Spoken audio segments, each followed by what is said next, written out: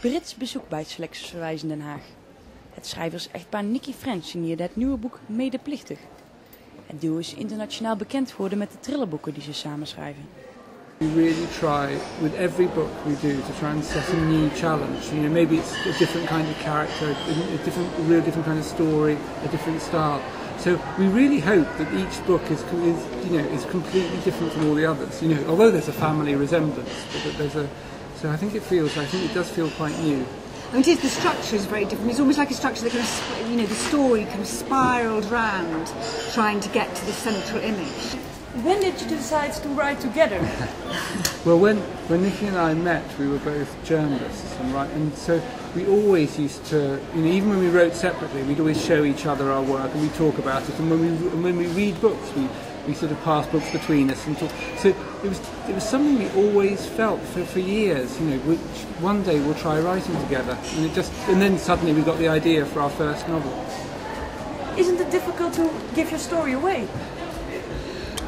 Well, I think in a way it never feels like one of us. I mean, we only start writing a new book when we've both found together a story that we are both equally really excited by. So if Nicci tells me some idea and she's absolutely passionate about it and don't care, then we'd never do it. It's only when we both really want to tell the story. I mean, I would say, what, we do it because it's fun to do and it's pleasurable to do, and it's like a kind of shared adventure. But also, we really feel that between the two of us, we've made this kind of third voice, and we can be a completely different writer with this third voice and go into territories that on our own we wouldn't go into. And do you sometimes argue?